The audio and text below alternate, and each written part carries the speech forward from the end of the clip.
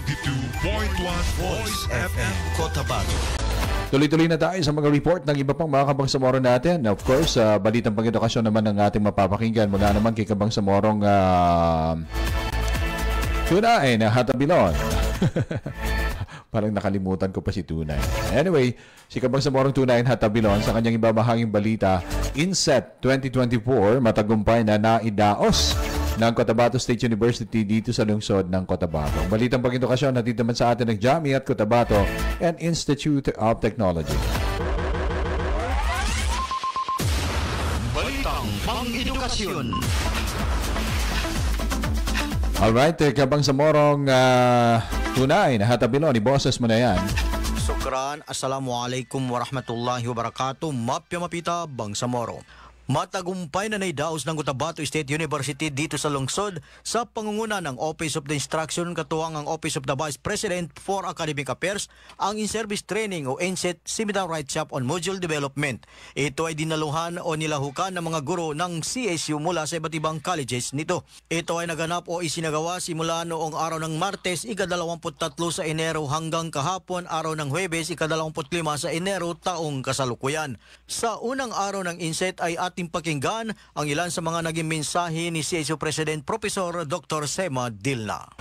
INSET becomes an abbreviation on in-service training and a vocabulary of the CSU family since then.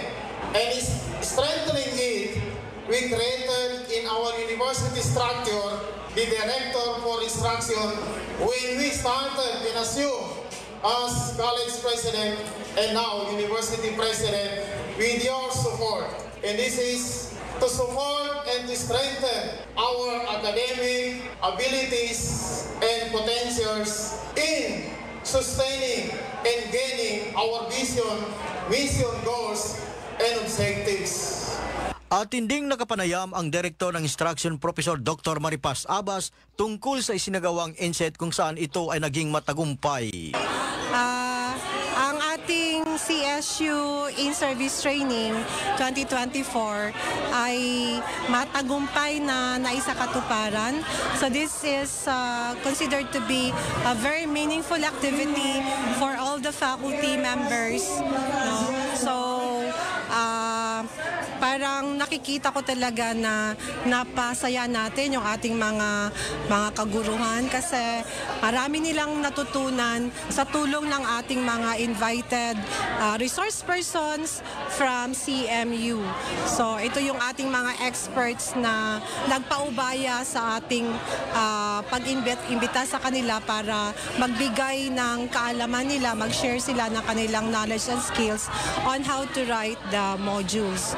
So we would like to thank our University President, Dr. Professor Sema Dilna, for providing all this kind of support, not just material but most especially the moral support that he gives to the Office of the Director for Instruction.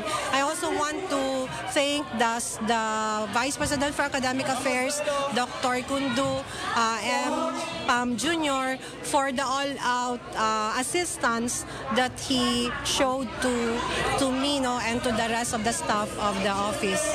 Matapos itong isinagawa pong INSET, Professor, ano po ba ang susunod na gagawin? Pagkatapos ito, magkakaroon kami ng meeting with the committee kasi bumuo kami ng committee para sa instructional materials development. So papag-usapan namin yung mga hindi pa natapos na mga policies kasi bagong composition ito. So mag-usap-usap kayo para maka-establish kami, maka-formulate kami ng mga polisiya para sa ikakaganda ng takbo ng paggawa ng mga instructional materials. So pagkatapos nito is magkakaroon naman ng next series ito kasi this is an instructional module development series. Pagkatapos ng pag-share ng knowledge on how to do the module, how to prepare the module, magkakaroon naman ng publication na. So, kasi ready for publication na pag once na nabuo na naisulat na yung mga module per subject area is papag-aralan na yan ng committee sa college level and then sa institutional level. And then next na is yung publication. So pagkatapos niyan is yung third series is on the copywriting na ng mga module. Meron ding mensahe si Professor Abbas sa mga magulang at mag-aaral ng CSU at sa mga tagapakinig ng himpilang Voice FM. Siguro patuloy lang nating suportahan ang Cotabato State University kasi ito ay isang institusyon na malaki ang may tutulong sa edukasyon ng ating mga anak, no? Lalo-lalo na yung ating mga Bangsamoro learners. So inaasahan namin na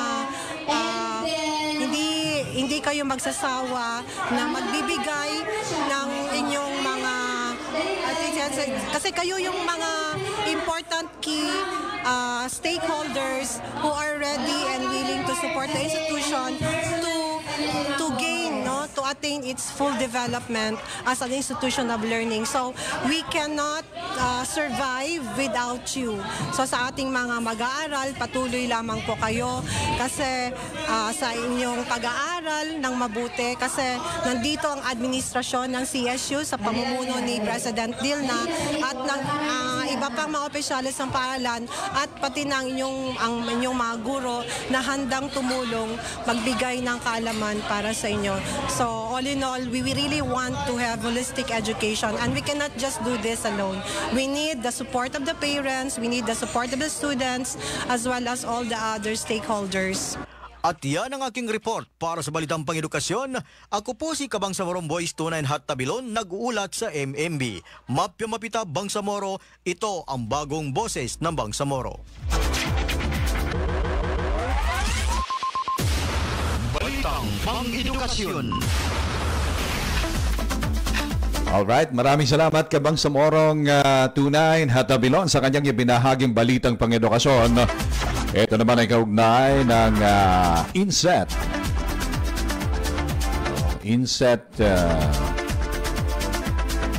Ano ba yung headline ni 29? INSET 2024 ay matagumpay na naidaos dito sa Cotabato State University.